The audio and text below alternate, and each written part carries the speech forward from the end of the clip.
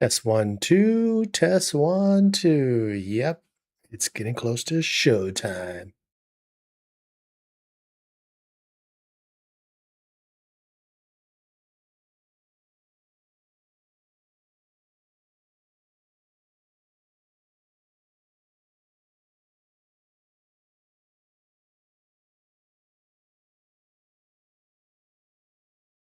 What up, everybody?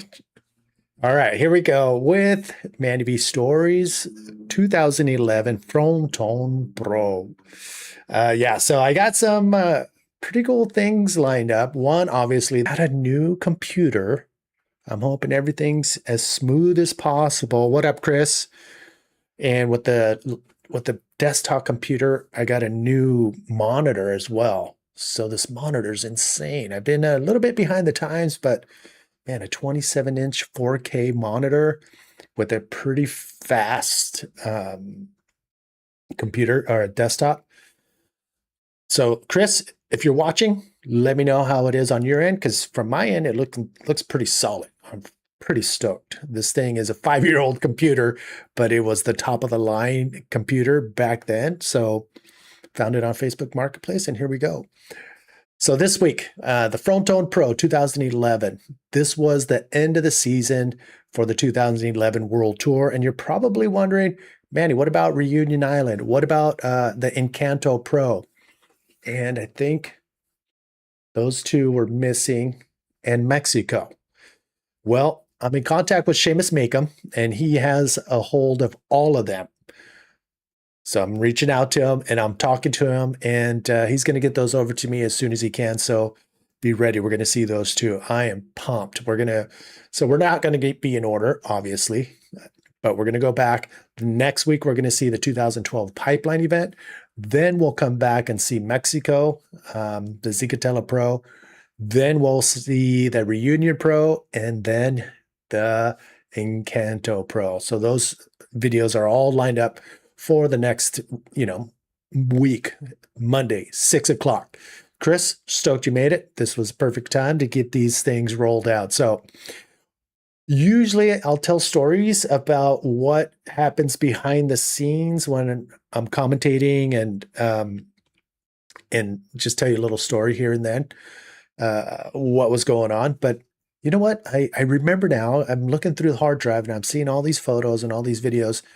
I was actually allowed to get sponsors to help facilitate some of the salary, because at the time they weren't paying me as much as they could, or as much as I would love to have been paid. So they said, Manny, if you want it to, you can create a series of videos, do whatever you want with it, keep it clean, and get sponsors and add that as a little add-on to your salary, and we'll put it on the IBA YouTube channel. So I'm like, okay, let's do that. So of course, U Riding was on board. U Riding bodyboarding video game, and so Mike, thank you so much for all the support. And we're going to see who else, who are the other sponsors. So there was a video called Manny Vision, and I need to pull those out of the archives, but I found this one of my time in Fronton. So what we're going to do, instead of going through some photos and talking about them this time around, I'm just going to show you the video. I think it's like a 5-minute video, and I actually found it on We Bodyboard. If you're not subscribed to We Bodyboard YouTube channel, and also a member or a paying subscriber, do so. I mean, those guys are putting out, it's just the central hub for bodyboarding videos, and they're doing an incredible job of doing that. So yeah, go check it out at We Bodyboard on YouTube, and make sure you follow them, like everything they put out, and if you can, do the subscription. All right, so let's do this 5-minute video, Manny Vision from the Fronton Pro. I think I got everything dialed in. Here we go. Yep, there's that, and booyah.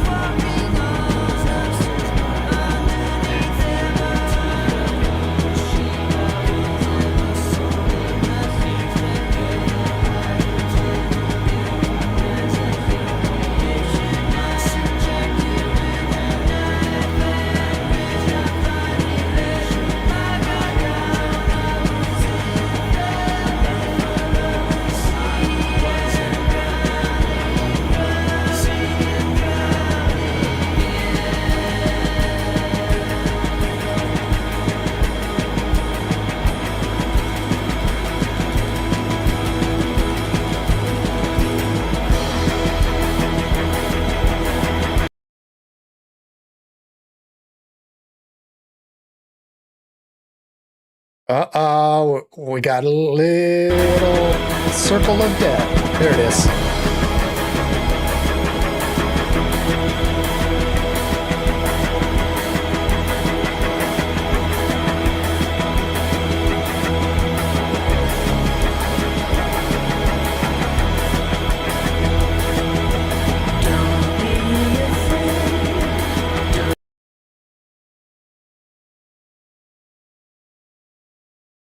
Oh no. Well, we had a good run. Check it out. We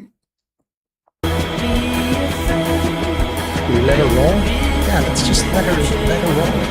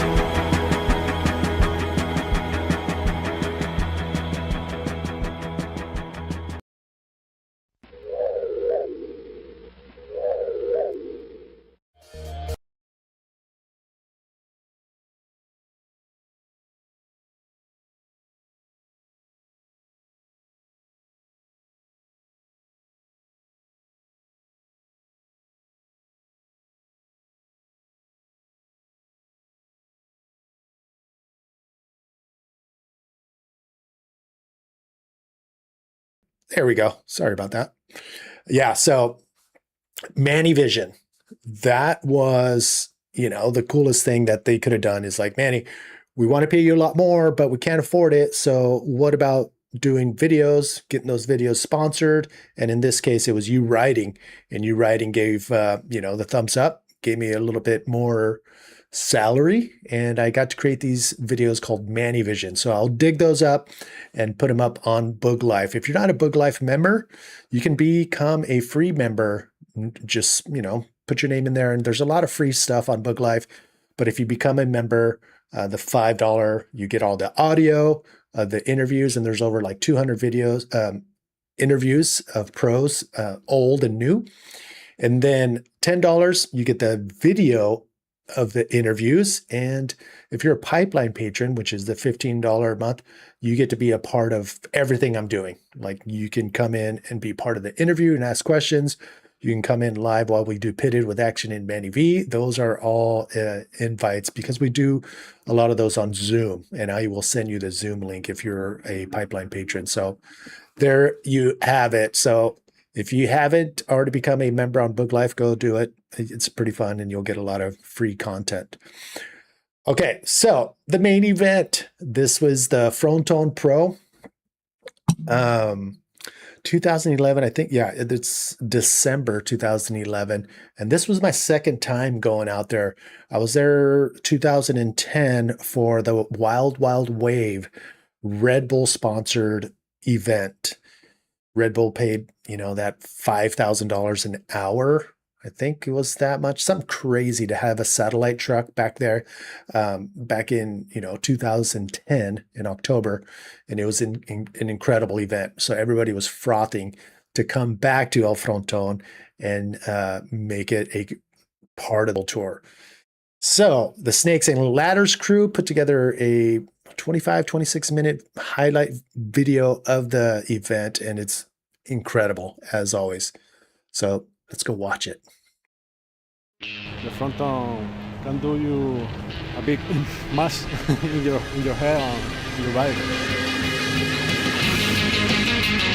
There's right, there's left, there's able.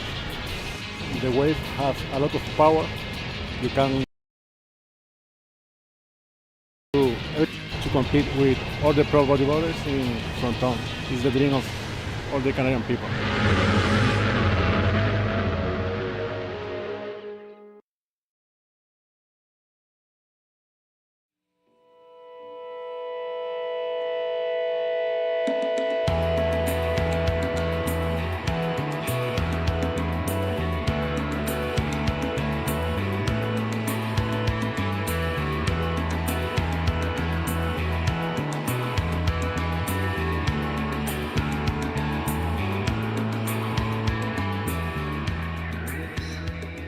Hardy. I'm in the Canary Islands, 2011 title race contender, coming up to the final days here at Fronton Pro for the 2011 World Tour.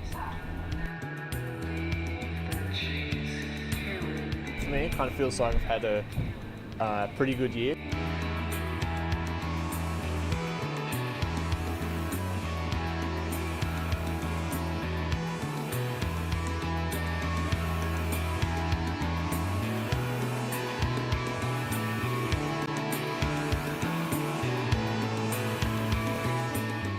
Two really good results for the first and second, but then otherwise a kind of a mediocre middle part of the year, and now it feels like I've really got to pour everything into this event, like way more than all the other events past. So it really feels like I've got to have a huge big bang at this last event to be able to make it a good year, a year to remember.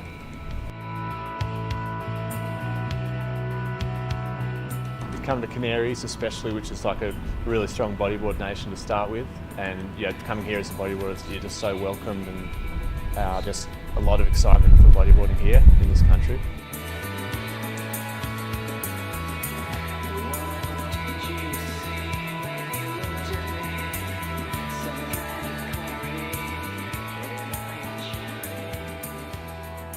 I think this is like the Hawaii of bodyboarding, like generally in Hawaii, like the surfers run that place, and here it's the bodyboarders.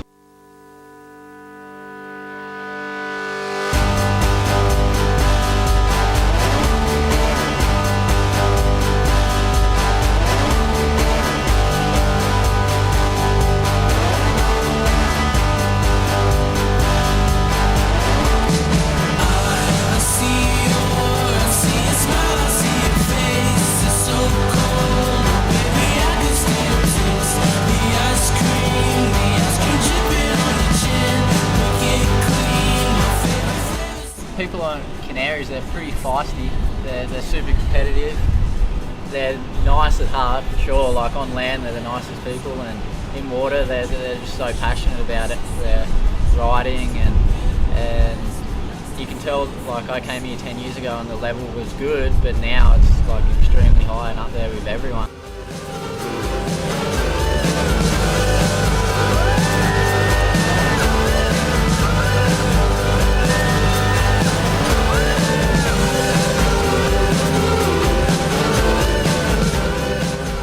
Is one of the most extreme bodyboarding destinations in the world. The locals are just unbelievable. I mean, you got just talent oozing out of every pore of the locals. The waves are super heavy and super amazing for bodyboarding.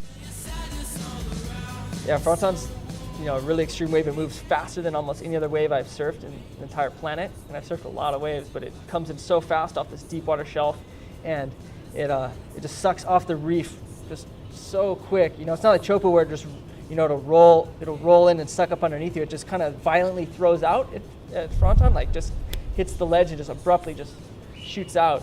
And so you got to be committed so hard, and you got to be paddling so hard to be getting down that face before it throws out, and to get into that pit.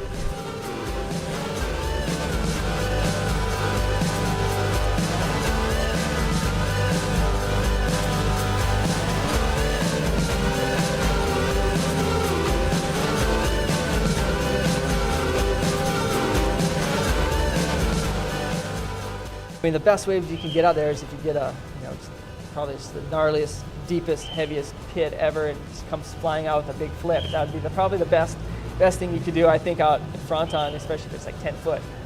But you can also hit a huge, air reverse out of the bowl. That's going to be huge, and air forwards and 720 attempts could be going down, and this could be new moves out there. We don't know what's going to happen in these waves. What everyone's going to be willing to do to win is something we haven't seen this yet. So I mean, everyone's putting themselves on the line for this title.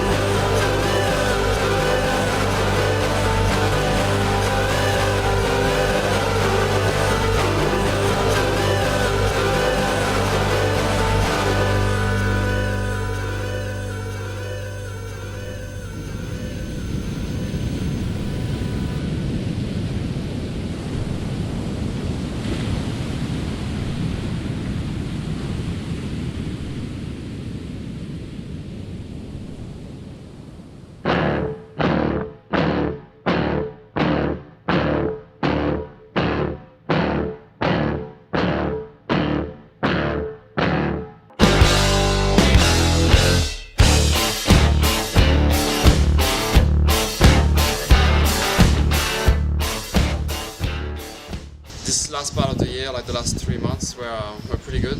Yeah, after a very slow start, I won Puerto Rico, so that gave me a lot of confidence for this contest here in Canaries, and let's see. Yeah, there's 3 of us that can win the title, being myself, Pierre and Hub. And basically Hub can't get past the 5th place, or that'll eliminate my chances of being a title contender. And Pierre can't make the final if I'm in the final, or that's another situation where I can't win. So basically I have to win, and the maths has to play out so that those guys don't reach the result that they need to be able to knock me out of the race. I think Jeff has to lose and I need to be 3rd. And if I win, Jeff can't make the final. It's been intense, yeah. I started off with a dream at Pipeline, and winning out there has, put me in a position to win the world title, and so I've been just going for it the whole year, and it's pretty intense. It's an intense process, and the last 2 or 3 days of the whole tour, and it's been a year, 8-month process for me, 10 months of this. I can't do much to beat Jeff. Like, I could only meet Jeff in the final, and if we meet, it's over in the final. So I have to hope his part of the draw will beat him. And anyway, I'm gonna try to win this contest, and that will be a good start anyway. I know I can do it, and I know I want to do it so badly. It's unbelievable how bad I want this. Yeah. As soon as I start thinking about it, my heart rate goes up, and it's just full on. It's hectic. Just thinking about it. Every time I think about it, I daydream about a heat, and then I daydream about a win, and you start going on to the speech you're going to do. It's just too much. I just have to stop myself from thinking about it, and save that raised heart rate and that energy for when the moment comes. Yeah, it's pretty intense.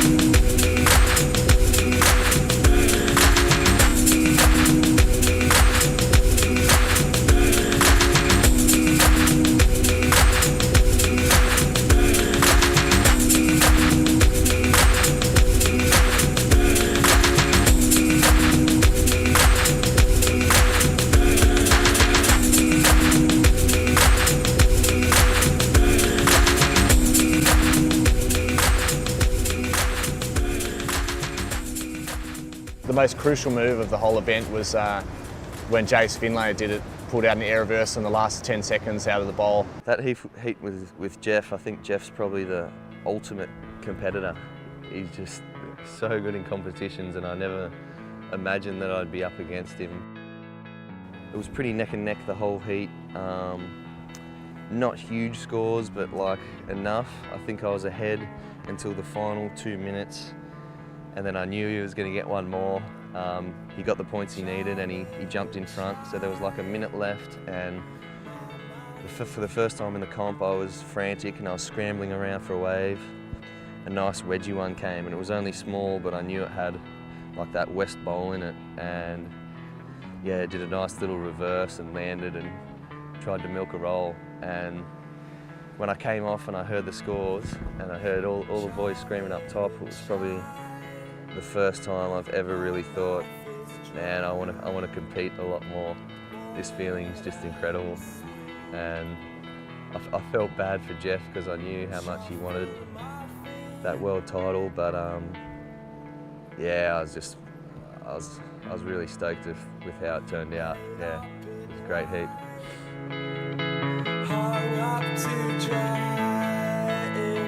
I remember watching that heat with a lot of stress. Me and Hardy were watching it, and we were like, well, we were kind of hoping Jay's win, even if Jeff deserved to win the world title, but we have to think about ourselves too. And well, Jace was just ripping. He doesn't compete at all, and he's just really smart.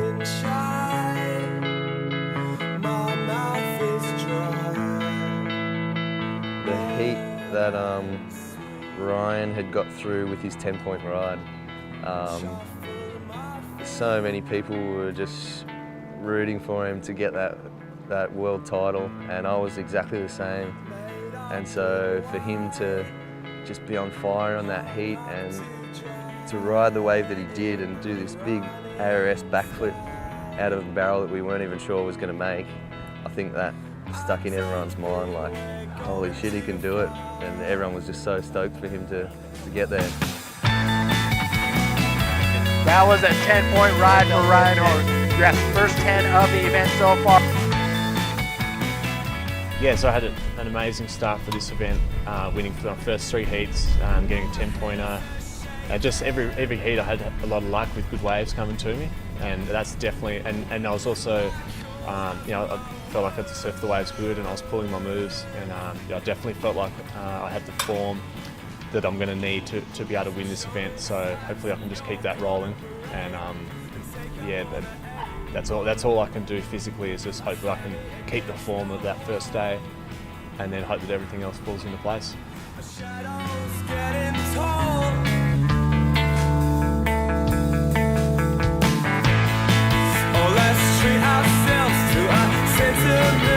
Somebody else's dream, and watch the day see.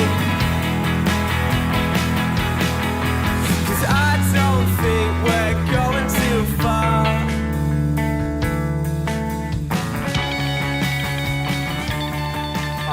Counting down. Wow. It is over. Yeah, there Ryan goes. Hardy cannot win the world title. He has just heard the buzzer. He's up on the knee. He would be a devastated man. So I ended up 3rd overall. It seems like that each time I become a contender and not pull it off, it's like the knife goes in a little bit deeper. It enrages me just a little bit more, so I think yeah, inevitably I'm going to be even more fired up next year, which is a good thing. It gives me more energy and more drive, and yeah, basically I don't think that'll stop unless I'm physically cut down. So I'm totally psyched for 2012.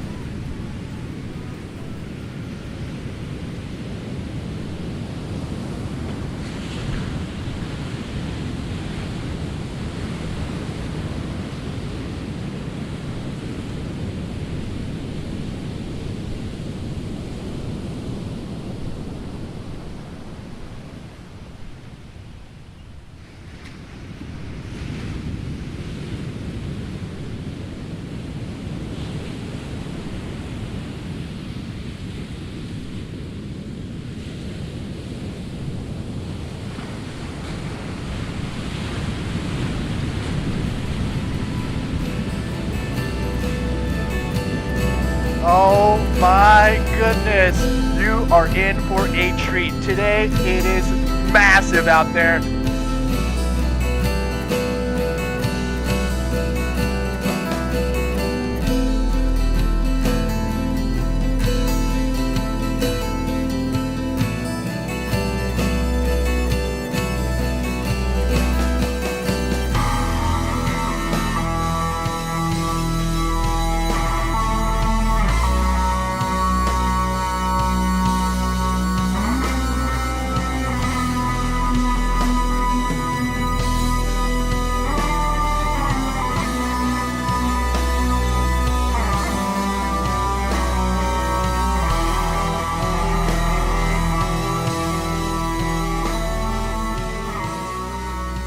guys were in that first heat together, and you know, I was just thinking, what are we gonna surf here? You know, like he was sort of looking hungrier, and I was like, oh my god, what's he going to take off on? Like, and what am I going to take off on? So, you know, I got a smaller one in the channel. It was absolutely nothing. I turned around, and he was paddling into this absolute bomb.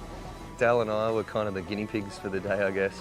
No one knew how much we were going to get into it because it was the first heat of the day. And I had the few warm-ups, and then this one came in, and it looked like a really perfect right. And on any other day, it probably would have been, but it's like a 20-second period, so much water was sucking out, and I thought I had enough time to get to the bottom, and halfway through it, it just all jacked up and heaved, and I had to try and get out of there. Look at this, Jason Findlay putting his, I can't believe it, the first massive wipeout of the day goes to Jason Findlay, and everybody on the beach is just cheering for this guy, Jason Findlay, the Australian, going big. Oh my. You know, it's mayhem. It was actually so heavy. Like the whole reef was just surging across. The line of swell was pushing back into the reef. There was just so much stuff going on, and he's fallen top to bottom into this thing. So, you know, yeah, Jace definitely got the heaviest wave that I've seen. And it ended up just rolling me good and proper, but just too much adrenaline was pumping. I wanted more. Yeah.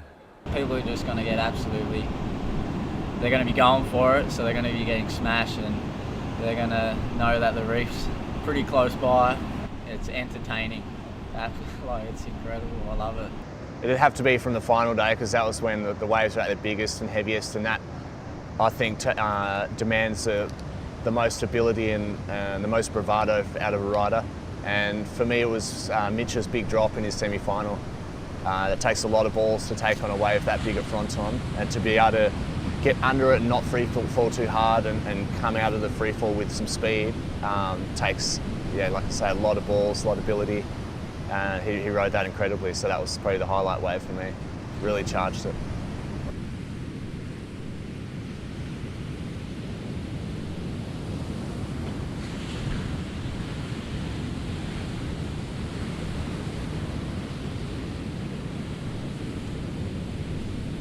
It was just the heaviest thing ever. It looked like a ridiculously crazy West Oz bombing, and he just got into it perfectly, and it just exploded. That was impressive to watch. That was crazy.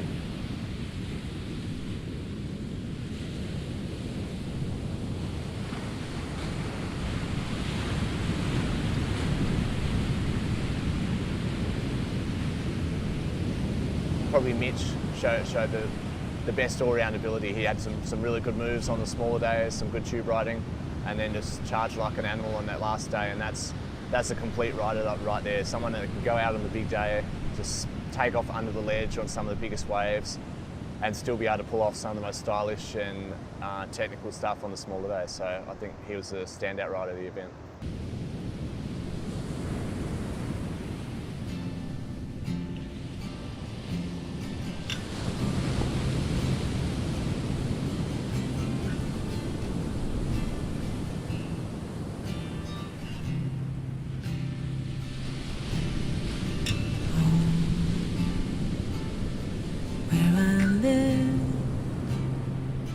There's a sparrow call.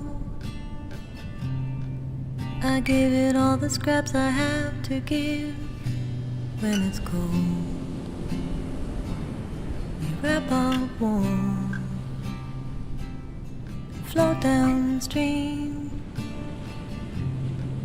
along the banks where we came before. There my life so perfectly still.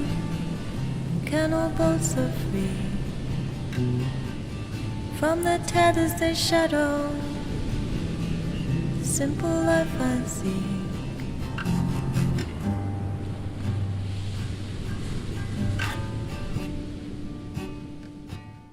It all comes down to this for the world title. Heat number 4, quarterfinals. It will be Pierre-Louis Costa in the red jersey, the French phenom, going against the South African Jared Houston. Ladies and gentlemen, the world title race has now come to this. PLC must beat Jared Houston to become the new 2011 IBA World Champion. If he loses to Jared Houston, it will be Jeff Hubbard who will walk away as the world champion on the 2011 Grand Slam Series.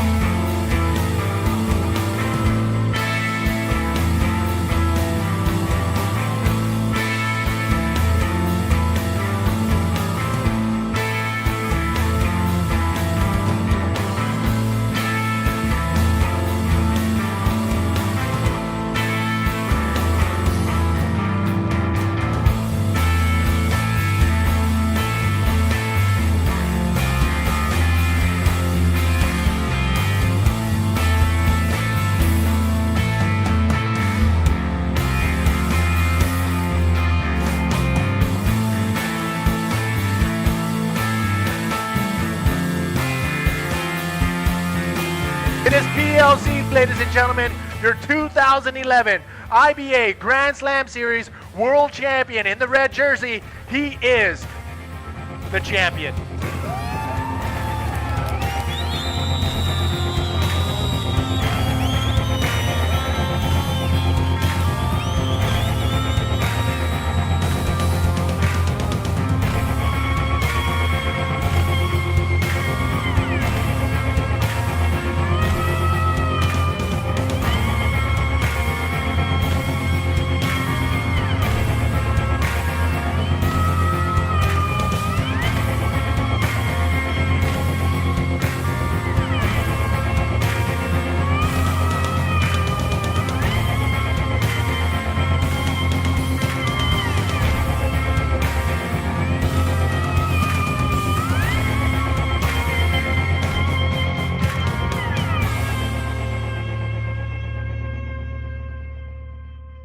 Yeah, Pierre was unstoppable, and you could tell he was, I don't know, if you're in that position where you had to win a world title, you'd way rather it be on your own terms than, you know, someone else having to do that. And it would have been a hard feeling for Jeff to watch it, you know, it would have been sick. Oh, I felt sick watching it. In the end, PLC was crowned world champ, having both Hub and myself knocked out before the semi-finals. And yeah, he got an amazing 9-point barrel in his semis, which I'm sure would have felt incredible for him. And it was just a really good seal of victory for him to take it out in style. And you know, looking at the guy's ability and the late charge he took in this year's tour, of course he's deserved. And yeah, I'm happy for him, and he's definitely a great champion and an inspiration for a lot of us.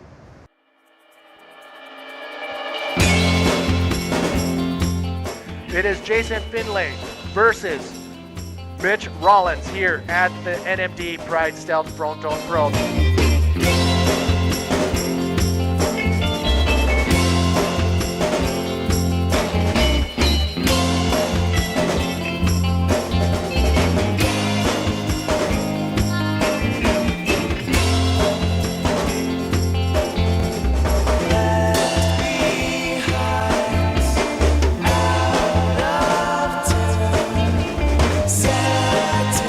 Skies fall.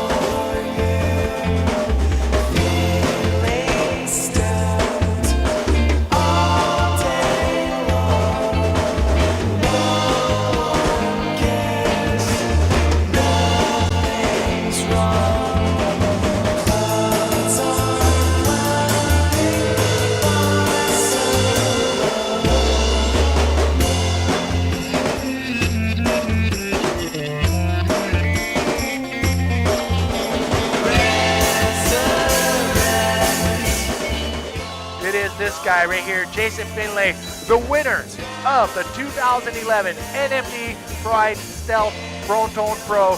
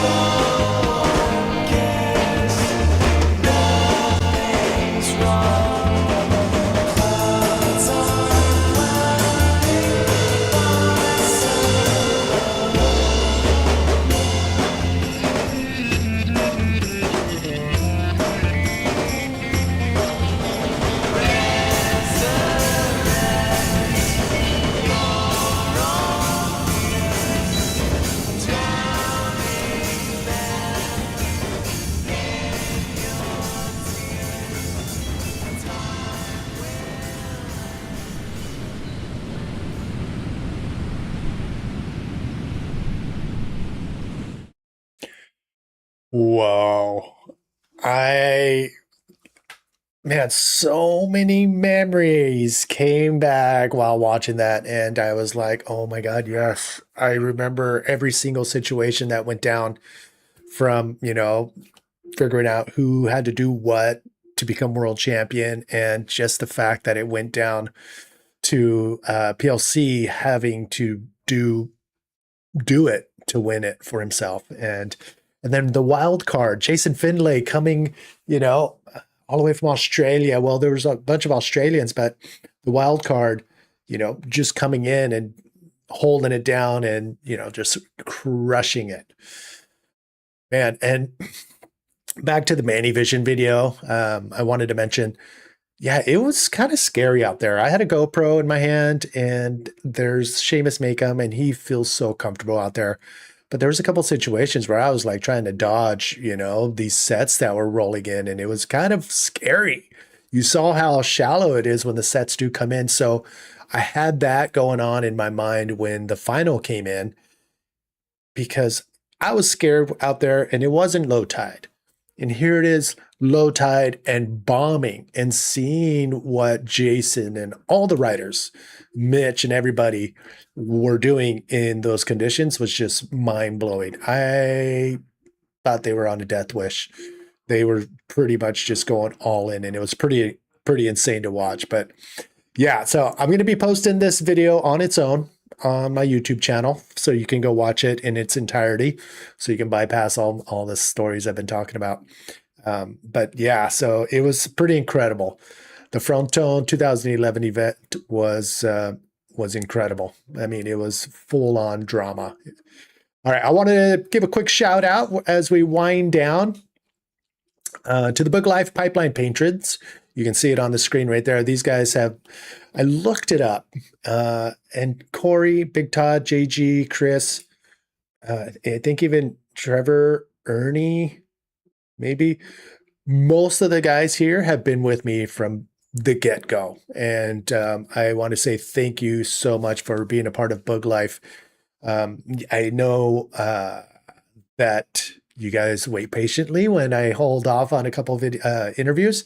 So I thank you for, just hanging with me. I'm still going to deliver the goods. And now that I found these hard drives full of goodies, I'll be sending them on, early release to you guys. As far as like Bodyboarding Live, my first bodyboard podcast back in the day. And then some of the other, like Manny Vision, I'll make sure that you guys get to see him first on Bug Life. So yeah, thank you so much for supporting through the years. Next thing up, if you want a t-shirt of some legends, this is where you're going to find it. You want some Bug Life merch or some U-Riding gear, it's waterbeanwarehouse.com. That's where you're going to get all the goods. And I think there's some Roach goodies in there. And also I'm sitting on a bunch of barrel shots of my own that I took, and I just put them on t-shirts as well. So go check it out.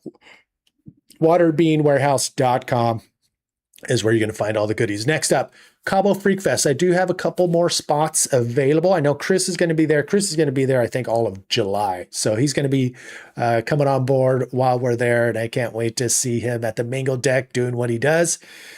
And yeah, I do have a couple spots. I have yet to hear back from Pat Caldwell and Ben Severson. If they give me the go-ahead, they're going to be coming along.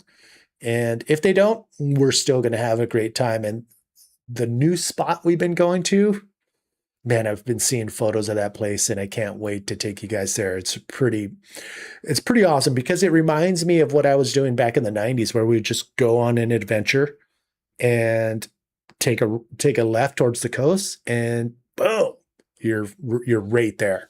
So check this out. This is new. I just had a conversation about a week and a half ago, with a friend from mainland Mexico. His name is Cesar, and we're going to do it 2027. I think we are planning around May. Don't hold me to it, but once we settle on a date, he's living there full time. He's got a seafood restaurant, so obviously we're going to have it catered by his restaurant on most nights, and it's going to be pretty epic. I've been to Mazatlán once, and the adventure is there. The Pacifico manufacturing plant, the Pacifico beer is there. We're definitely doing a tour there. And yeah, we're just going to go adventure, look for waves, and we're going to party. We're going to have a good time too. So Mazatlán Freak Fest coming up in 2027. Details on epicsurftours.com in the coming days. So next week, Pipe Challenge 2012. Then, hopefully by then, I will have the Cicatela Pro, the Encanto Pro, and as well as the Reunion Island Pro. So I'm waiting to get those videos from Seamus. I'll look up some photos from those trips, and then we'll all piece it together for Manny V Stories. Plus, I'll upload those on their own on Manny V Productions on YouTube. All right, there you go. That was pretty fun. Stoked we got to watch that together. Chris and everybody else watching the recorded version, thank you guys for chiming in and tuning in. Next week is going to be pretty fun too with the Pipe Challenge 2012. That's it. I'll see you guys tomorrow. If you're a Bug Life member, we are going Pitted with Action in Manny V, episode 338. See you tomorrow. Oh.